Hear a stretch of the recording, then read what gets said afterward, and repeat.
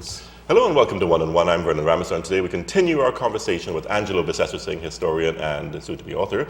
Although I guess depending on whether you're virtual or not, he's already an author on Virtual Museum of Trinidad and Tobago on Facebook. Well, Angelo, welcome back. Thanks. Having gone exactly not a place, as they say. No, as I mentioned, we want to talk a little bit in this interview about the built environment in Trinidad and Tobago and about our Port of Spain-centric view. But before we even do that, during the break, the best parts of any interview, you were telling the funniest story about a U-boat that was stranded in the Maraval River. Yes, I never heard that story before, and I just couldn't stop laughing. I've heard it from two sources. Maraval River in those days was not a canal. It was not a concreted canal as we know it now. It was an actual river, with banks and grass and trees and such. And this U-boat captain, I don't know what his motive was, if it was actually to shell the city from a river in the middle of the city, but he went up the Maraval River and got stuck. And us Trinis, of course, being ever helpful, in those days we didn't Want to hold them up and steal the possessions on the U-boat. Yeah. We didn't plunder stranded motorists or U-boat captains at the point in time. They pulled and they tugged with ropes and they helped them go back out to sea. And nobody thought that, maybe we helping the enemy at this point in time. This man wanted to bomb Port of Spain. It just seemed like a good idea at the time. Yes. I guess stories like that, I mean, you hear them and they're just tremendously funny and they ring sort of true to our sense of who we are. And therefore, we want to believe them, and quite often they're true, but I guess being a historian, you have to sort of delve further in to actually get the veracity, although in some cases there's no way of proving, is there? Well, yeah, exactly. In those cases, it would be based on oral history almost entirely, and sometimes it's true, sometimes it's not true, but I have found oral traditions to be extremely valuable, especially in finessing the details of history. And a story like that, I mean, even though we had The Guardian at the time, it's unlikely they would have reported that our locals went and helped push a German U-boat back into the ocean. Exactly. Which is trying to bomb us, yeah. Because it would have diminished our standing in the eyes of the crown and the world. And the war effort. Exactly. We would have been seen as allies of the Führer. And we don't want to be that. No, we don't want to be that. And we mentioned before that we were part of a major theater of war during World War II. Yeah, because our oil supplies made us critically valuable to the Allied war effort, and therefore we became a major target for people who ignored that aspect of history, people who were alive then and probably were not aware. There was a bloody battle going on for Trinidad in the waters between Trinidad and Tobago and just outside the Bocas. Many men died. And we, of course, are very insulated from the entire world, and we treated it very casually, but Trinidad could very well have been if the tide of war had turned a German state.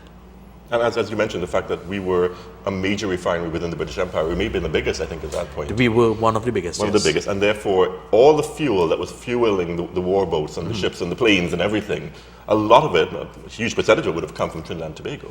And the quality of the fuel was important too, especially to the RAF, the Royal Air Force, because the gasoline that was coming out of Trinidad was a very, very high octane gas, and they were using it to fuel the Triumph Spitfire planes that the RAF considered its signature war machine.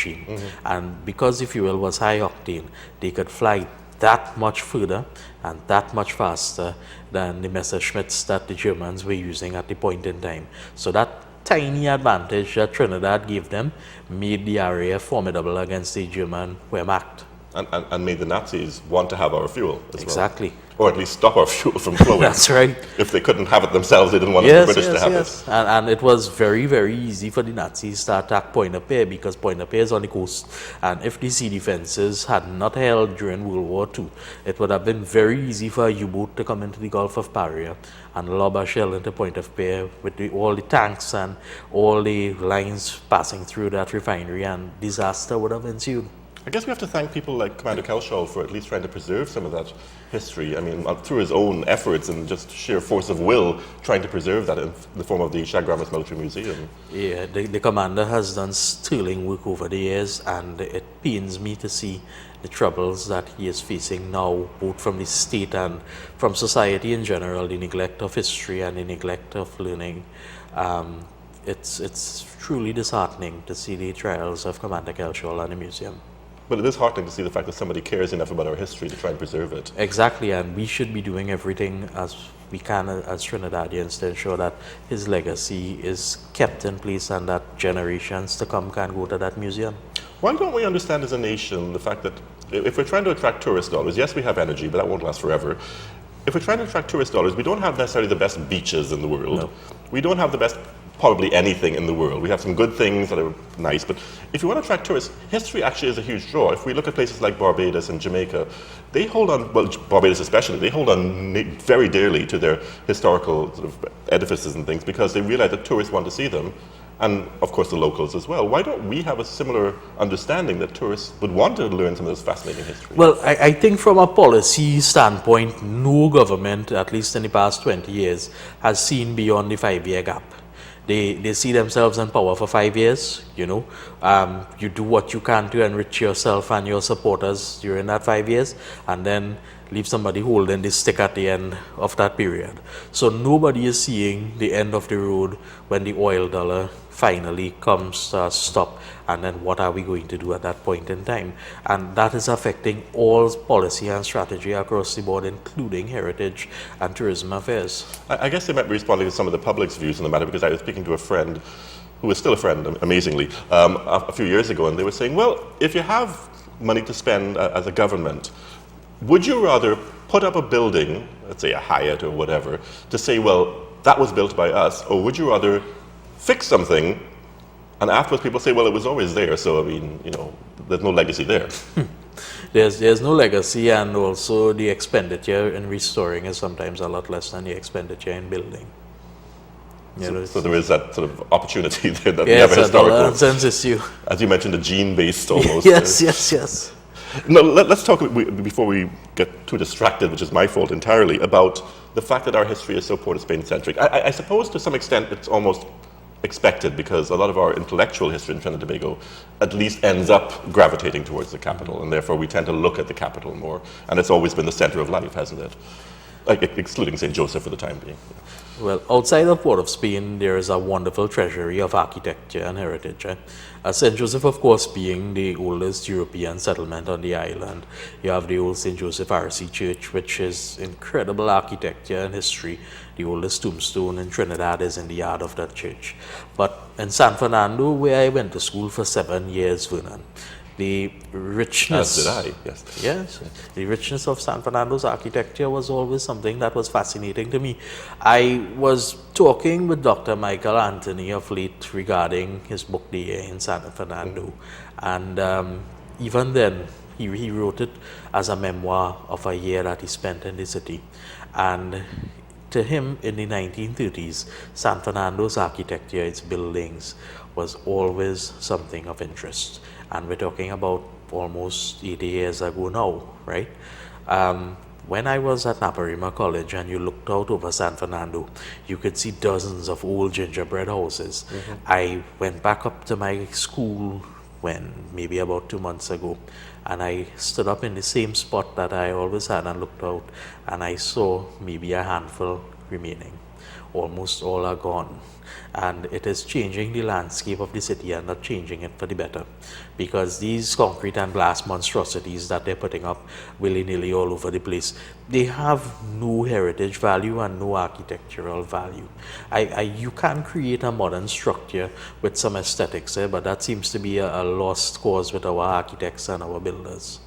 And also, I mean, I find it interesting that if you go back to our architecture of over 100 years ago, whether in San Fernando, which I remember walking, I went to Pres, which is, of course, your competing school, but you'd walk down High Street on a lunchtime when you weren't supposed to be out, but you still walk down High Street. That's right. And you would see sort of interesting overhangs and verandas that you would also see that George Brown, of course, contributed to in downtown Port of Spain.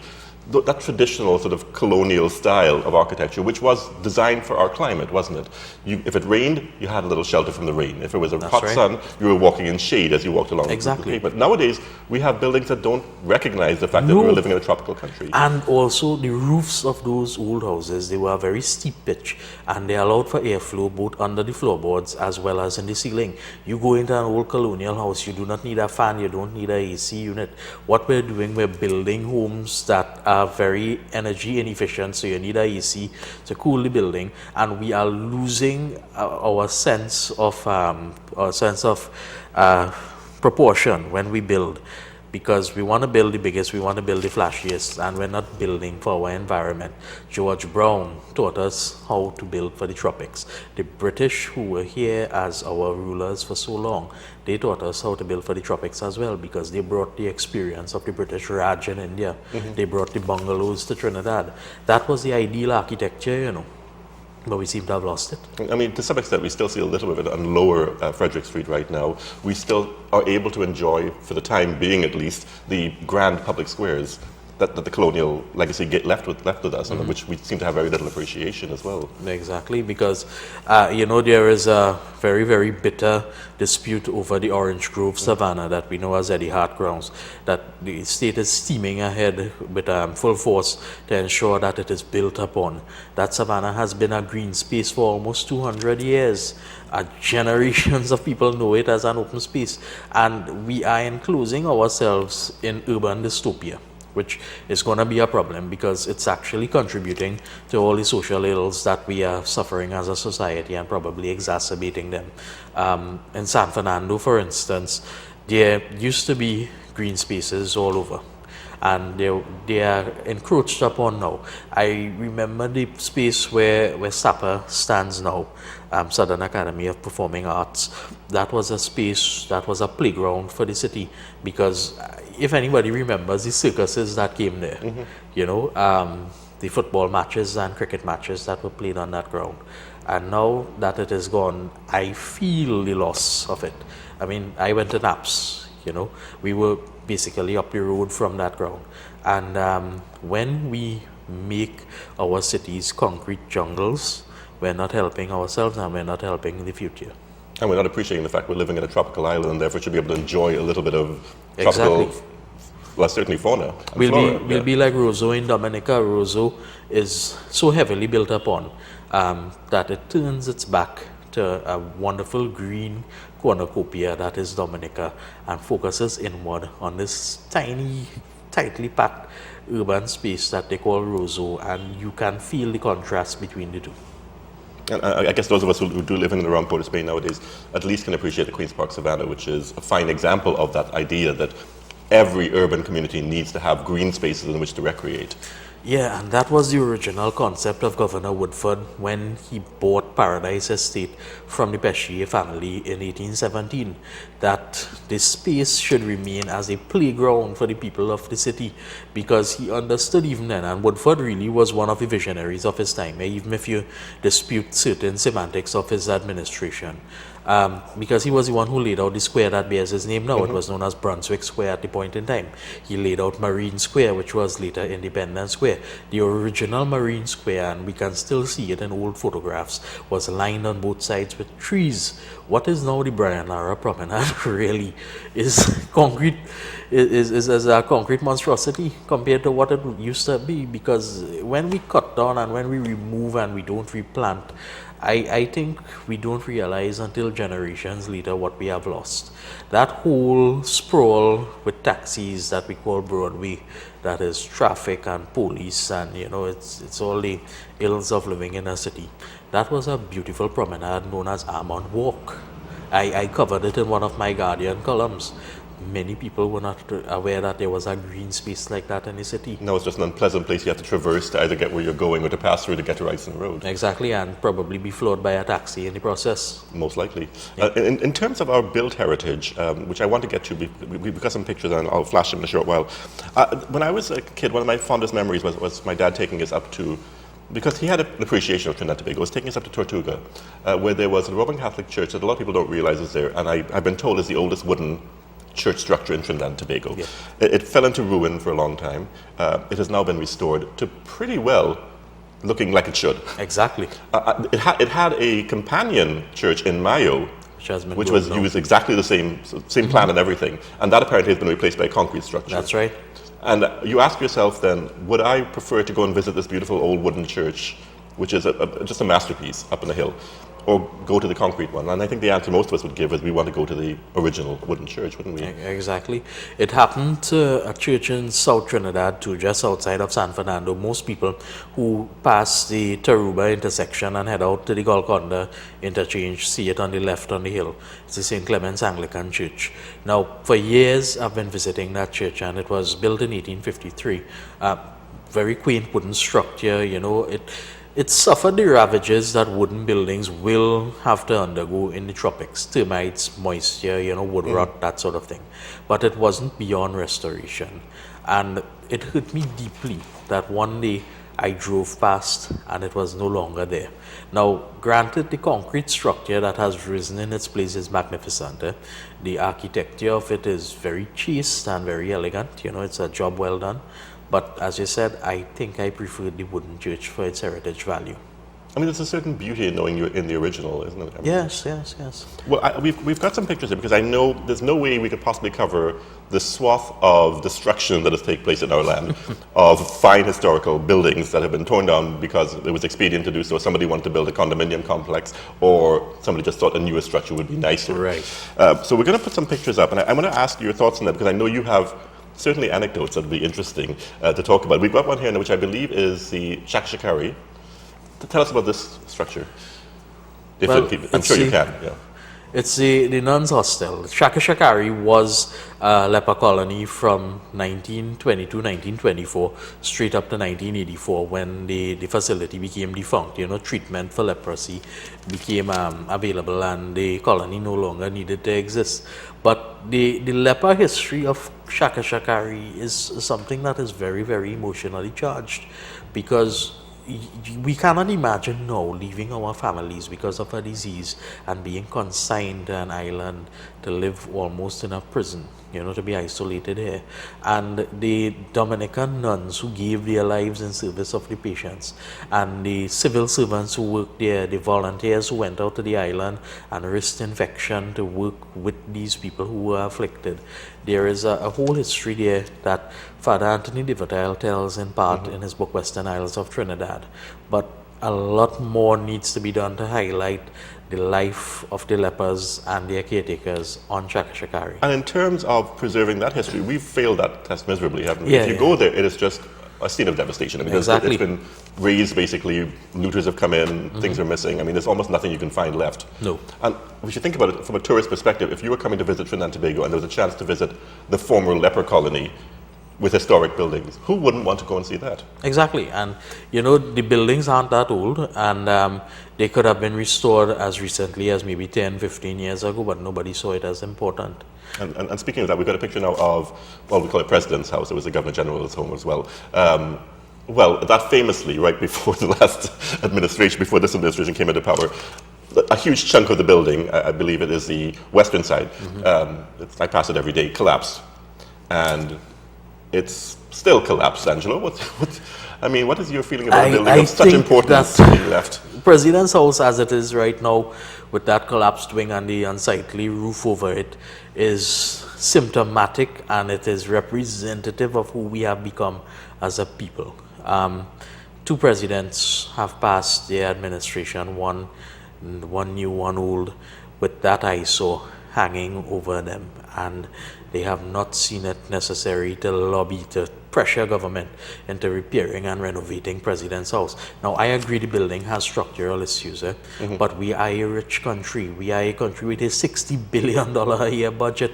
Can they not find the funds to restore President's House? This is a building that is integral to who we are as a people. I mean, I've been in the media for, well, a couple of decades, without going into detail, but certainly there was a recent president's function for the media, and it was held at Napa, because I guess they couldn't exactly hold it in President's House, which over years gone by, you would go to the President's House. It was a big deal. It was a grand building on the inside with a huge balcony in the front and everything. If we lose something like that, we've lost a piece of ourselves, haven't we? We have lost our dignity as a people. I think what we choose to represent ourselves is that basically all we will be known for internationally just now is the land of cheap beaded carnival costumes and doubles. That's what we'll be known for. right? There is nothing remaining now almost that tells us we have a heritage and that we were here as a people long before written history began. And you raised it in our last interview that people believe written history began in the 1950s and 60s. It goes back further than that. And when we look at President's House, every Trinbagonian should be shouting and clamoring that this is a shame to us. This is trampling upon our dignity and it should be restored. I heard one person postulate that maybe it should be leveled and replaced with another mansion, but we had that with the PM's house already, so we don't need to revisit that particular event. If we can go back, I think we've got Amber House here showing, otherwise known as Rumour. If we can go back to, I believe we showed Whitehall a while ago, so if my director Leroy can go back to Whitehall there. This is a building with a fascinating history. So we've had the building that housed the head of state is now in ruins. The building that housed the head of the executive, the prime minister, is now no longer used because apparently a few years ago there was a leak in the roof and that was enough to just abandon it. Although we've got a picture here and I haven't seen much work going on in the building and I've walked by it several times. No, well, that leak was it's something that we do in the public service, that we scrap a vehicle for want of a battery. It's the same thing that's happening with Whitehall. A lot of money was spent on Whitehall to restore it to a usable condition about 10, 12 years ago, and now it's being left empty because maybe it's too small, right? Maybe somebody wants plate glass and steel and the executive corner office with the leather furniture and the oak trim. Maybe that is what they want, right? But Whitehall need not be the office of the Prime Minister if they don't want it to be such. It can be any number of things, an art gallery, it can be a museum. We have a museum there that really and truly is the subject of a whole other interview if we were to go down that road. Whitehall initially started life as a private residence. Leon Agustin. A house of somebody with money from the cocoa business, right? That's right. And the walls are Barbadian limestone, white coral limestone. It's unique in architecture. It's unique in the design build that was used at the point in time. The history of it is also intensely fascinating. It's also architecturally interesting because there's no other building exactly like it in Trinidad and Tobago that I'm aware of. Exactly. It parted ways with what we termed our colonial style at the point in time. It's really Italian in its aspect. Exactly. Yeah. It's an Italianate baron that would have lived there if you had to place that in Europe. And when we neglect our history like that, I think that we are down a dangerous road. And that, of course, Whitehall, of course, was famously where the Americans also were positioned during the war as part of their planning. They had headquarters. They had a command center there, and Whitehall, even when it was a private residence under the Agustinis, was considered one of the finest homes in the West Indies. Throughout its history, Whitehall is one of those buildings that has been on again, off again. They used it sometimes and then it's been abandoned for years. And really and truly, I think that it can still be put to good use, if not as the office of the Prime Minister, at least for some heritage purpose. But allow it to remain fallow as it is right now. And it's something I've noticed with buildings. If you're in it, the buildings remain standing. Right. When you abandon them, the buildings fall down. As we see with everything almost on the Savannah, for the Exactly. Archbishop's residence. Yes. Mill Fleur was restored for Carafesta many years ago, about 20 years ago, to a beautiful state, and now it's just a national embarrassment. One of the stories I remember with Whitehall, since you have your anecdotes, I have a brief one as well. Someone who had worked with Eric Williams as one of his sort of people in the office, used to talk about the fact that when Eric Williams was stationed in Whitehall, if he was in a bad mood, the staff would hide under the stairs when he was coming into the building to try and gauge what would happen next, because they were afraid, just in case he kind of lashed at them, they would sort of wait for somebody else to go out. No, you're from Naps, I'm from Pres. We've got a picture of Carib House, which I know many people in San Fernando seem to think dates back to the most antique of times. It isn't that old. It's on Carib Street, and Carib Street is so called because there was a concentration of Amerindians settled there as late as the 1780s. They were moved out to Mission, which is now Princestown, to make way for San Fernando, which is a plant town, Carib House allegedly dates back to the 1830s, but research shows that it was erected by Samuel Edwards from Barbados, who was a stonemason. And the building itself is very Spanish in style, with the heavy columns and the big arches. And there used to be pretty elegant windows that have since been replaced by these horrible hollow section windows that we so love now. Carib House is quite possibly one of the oldest still used buildings in the city. And even though it is not as magnificent as Whitehall, it is still part of that city's legacy. You know, it's good that it's still standing because, you know, any day now you might drive past it and see a skyscraper going up on that spot. As you mentioned, it comes down to use, doesn't it? Once people are occupying a building, it tends to stay in Exactly. heavy repair. Speaking of people not occupying a building, here we've got either Killarney or Stallmeyer's Castle, depending on what you want to call it. Yeah. Let's talk about that. I see there is some work going on. I'm not sure what level of work. I see the cosmetics of the building restored, which is always a plus. You know, it's so little of that sort of thing happens in Trinidad these days. You have to give credit where credit is due. Again, like most of the Magnificent Seven, it rode out the cocoa boom of the late 19th century, early 20th century. It was built around 1904, 1905. It was actually the seat of the Stallmeyer family, one of the sons of Charles Conrad Stallmeyer. And it symbolized that family. They are the Killarney Stallmeyers, you know. It became a part of the identity. When it was sold to the state in the 1970s, it did not stop being a Stallmeyer property. And it shows you how important buildings are to your heritage, because you can become so indelibly identified with one of them that it remains with your family even though they don't own it anymore. I went into that building for the first time when I was very young. I was about maybe 6 years old, and I saw the magnificent balustrade and the heavily polished wooden floors and the view from the turret, and I am glad at least that this is one that is being saved, because I think aside from the value of its architecture, it is a personal memory for me. So I applaud whatever effort has been gone in this evening. Okay, Angelo, we're completely out of time. I have to tell you, the next time you're even remotely close to Port of Spain, I'm going to grab you and have you on for more interviews because this is fascinating stuff. If people are interested in your work, they can certainly like your page, Virtual Museum of Trinidad and Tobago on Facebook. And of course, we'll be looking forward to seeing all the exciting things you have planned for us as a nation in terms of our history. Angelo, a great pleasure having you on the program. Thanks for having me. Thank you so much for being here. You've been watching One on One. Join us again tomorrow for another edition.